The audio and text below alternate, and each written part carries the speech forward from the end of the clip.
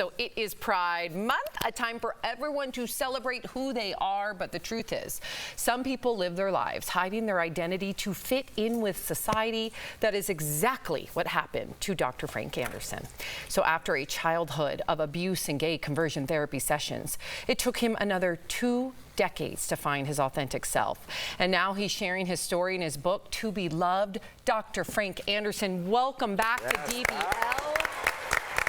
Thank you so much for having me. It's always a pleasure to be here with you folks. We were also excited to hear you were coming back. We're so excited. Happy Pride, first off. Woo! Yeah. Now, a big part of your story is how you started conversion therapy, and I want people to know this at just 6 years old. I want to ask you 2 questions. One, what made your parents want you to put you through that in the first place? Yeah, you know what? Believe it or not, they were very well intended. Somebody caught me playing with my cousin's Barbie playhouse in the basement. I remember being yelled at. It was like the first time I felt shame. And my parents reached out to my uncle, who's also named Frank. He was a doctor. He's like, get him into therapy so we can make him act and be like a normal boy. They wanted me to be normal. Little did they know it would send me on a course of 6 years of weekly conversion therapy. Oh my God. Okay. So it's interesting to hear they were well intended. I appreciate that part of it. Yeah, because I always think, oh, you know, I'm picturing something else. Now, I know this is difficult, but Doc, can you walk us through what therapy was? Yeah, it was really a lot for me of disconnection and being who I was supposed to be. I remember going into this office.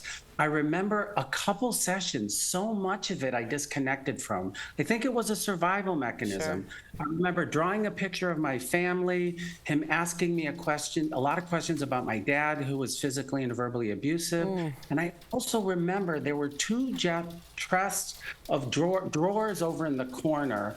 One had boy toys, one had girl toys. I was only allowed to play with the boy toys. Jeez. Army men and battleships. I wasn't allowed to do arts and crafts. It was like this kind of programming me. And I was a smart kid and a quick learner. I'm like, oh, this is how I'm supposed to be. Wow. The good news is in just a short period of time, we've really changed as a society. I know it hasn't for a lot of people. My son who's here with me right now, he has a merman and nobody blinks an eye. Nobody cares. Yeah, right. So when you look at it now as a psychiatrist, how does that kind of therapy change a young child's mind?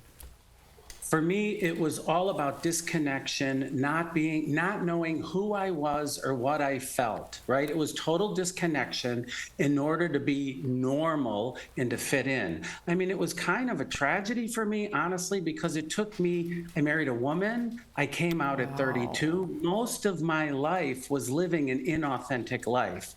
You know, you can see I've come a long way when the opening segment is me at Drag Bingo in Provincetown, right? I've come a long way from then, but it was really a life of disconnection, honestly, and living an inauthentic life.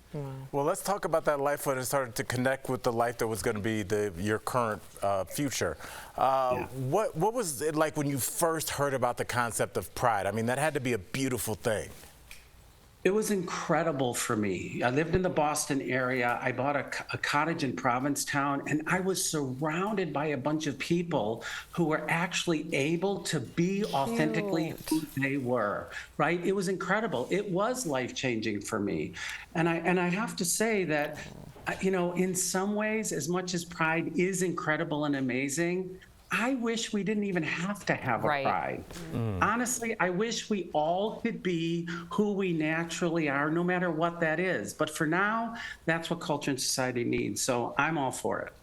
Okay, we have about a minute left, but on our show, we've talked about how corporations are pulling back on their Pride merchandise because of the backlash last year. So why do you feel there is still such a hateful divide in America for everything that Pride stands for? I think we're slow learners as culture and society, honestly. I think there was huge progress forward with the gay marriage.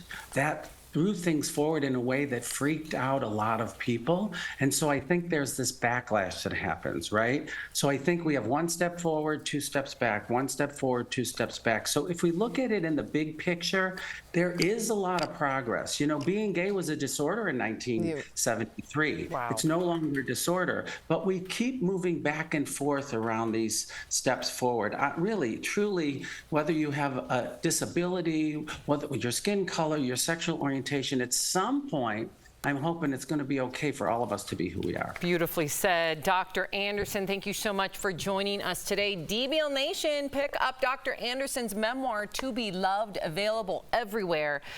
Thank you again. Happy Pride. We appreciate Absolutely. you. Good to see you. Thank you for having me.